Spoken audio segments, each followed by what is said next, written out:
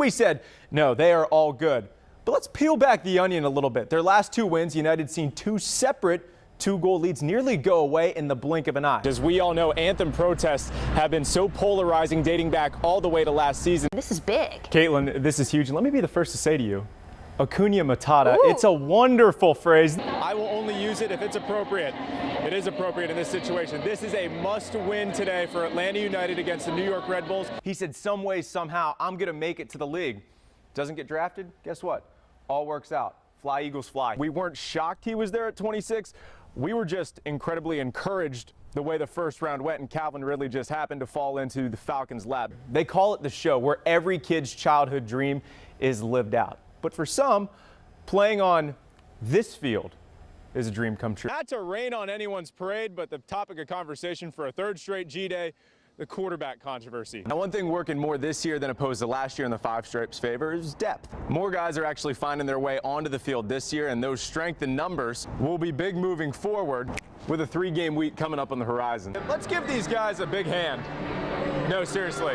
Let's go right ahead and give these guys a hand. What makes a sibling rivalry? Everything was a competition. Fighting. That was my ball. Bragging rights.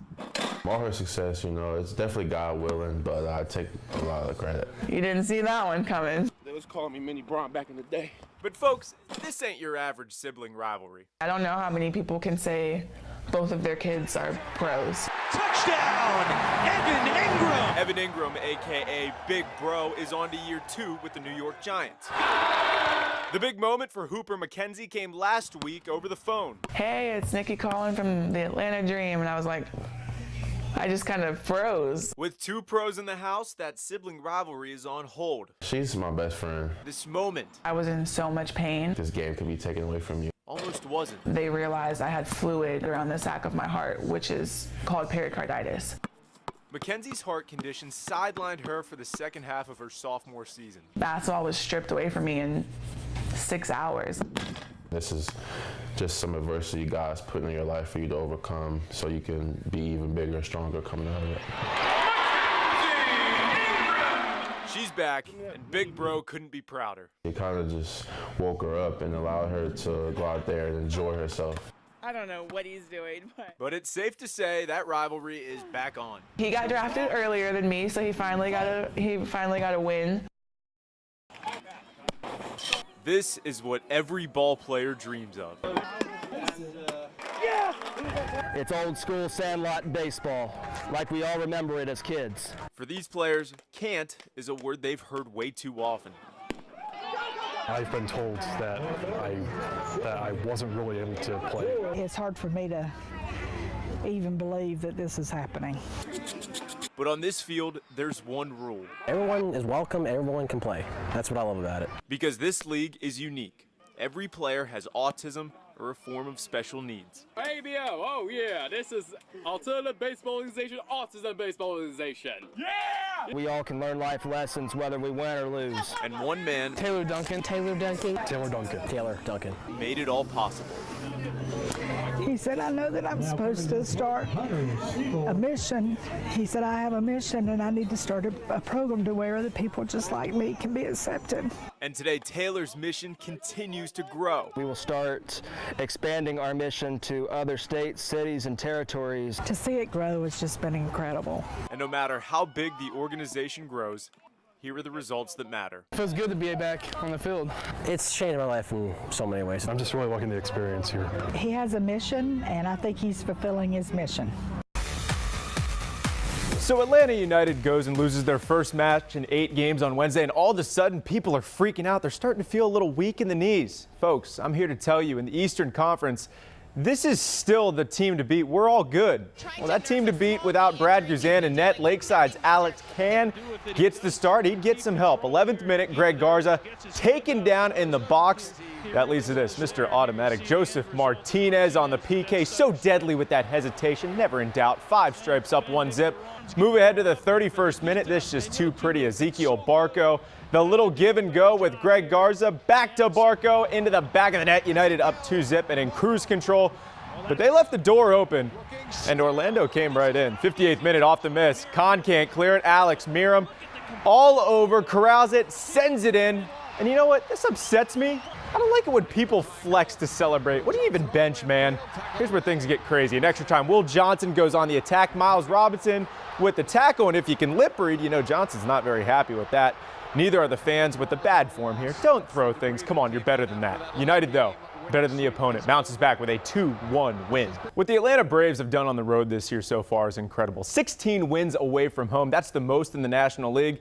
Meanwhile, Sean Newcomb been lights out away from home as well, and that continued today, folks. Gives up 1 hit through 6 innings of work with 6 strikeouts to go with it. If you're scoring at home, that's 20 straight scoreless innings for Newcomb.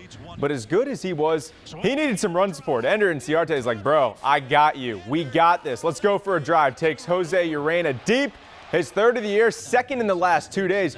Braves up 4-zip. Gets a little rocky here. Bottom 9, Justin Bohr, 3-run shot. All of a sudden, it's 4-3, but it would stay that way. Braves win it by that score. Total team effort. As John Daly would say, grip it and rip it. Well, Austin Riley, he did a lot of that in Gwinnett today. 3 homers for the Braves prospect, including a grand slam and the Stripers' 10-zip win over Norfolk. He finished the day 4 for 5, 8 RBIs. I am told that is a lot. Falcons wrapped up minicamp on Sunday for the rookies. Head coach Dan Quinn been doing a lot of this, running around trying to get to know every player that could potentially be on his roster. So let's practice a little rounded name game. 3rd round pick, that's Deidre Snott. 4th rounder, Edo Smith out of Southern Miss. And your bonus question, anybody want a shot at this one? That's linebacker Foye Aluakon. Now you try it home. Just don't make it any harder than it already is. Freak out when they see it. You wouldn't believe how many people mess up the name Luke, too. Final round of the Players' Championship outside of Jacksonville. Shot of the day coming from defending U.S. Open champ Brooks Koepka. Par 5, 16th. This is his 2nd shot. A 1-hopper in for the very rare double eagle. Tiger Woods, meanwhile, started the day in 8th and moved up as high as 2nd at one point. Struggled coming in and finished with a 3-under 69 to tie for 11th. 3rd round leader Webb Simpson started the day with a 7-stroke lead. Wasn't threatened by the field, and the 2012 U.S. Open champ cruised to a 4-shot victory. So tomorrow officially begins a new chapter for the Atlanta Hawks. Regardless of your opinion, Mike Budenholzer elevated the Hawks to a perennial top 4 seed in the Eastern Conference. This year, though, not so much the case. Onward we go, and Monday morning, Lloyd Pierce will set the tone for a new era when he's introduced as the head coach for the very first time. No pressure here, Coach. It'd be nice to get to this spot next year. Eastern Finals, Game 1, Cavs Celtics. I don't think this is going to be the same as last year. Boston can play. Wheeler alum Jaylen Brown, he was on one. Dropped a game-high 23. Former Hawk Al Horford, meanwhile, chips in with 20. Celtics up 26 at the break. Comeback right? Well, not so much. This one was all Boston. Celtics take Game 1. This is not a misprint, folks. 108 to 83. Last but not least, it's time to say thank you to all the amazing mothers out there. And as they should, the pro athletes taking to social media to pay tribute to the #1 women in their lives. Mother's Day means a lot, of course, to Freddie Freeman. He lost his mother at age 10, but is able to celebrate with his wife, Chelsea, today. Meanwhile, teammate Dansby Swanson goes with a little bit of a different route. Goes with the picture and classic flowers for mom. I'll say, you can never go wrong with that. Meanwhile, Georgia quarterback Jake Fromm goes family picture on his Instagram. And Mrs. Fromm raised soon to be 3 college football players. I'll tell you what, that's worthy of high praise. All the mothers out there, enjoy your day. To my mom back in Pennsylvania, a happy Mother's Day. Fox 5 News continuing after this.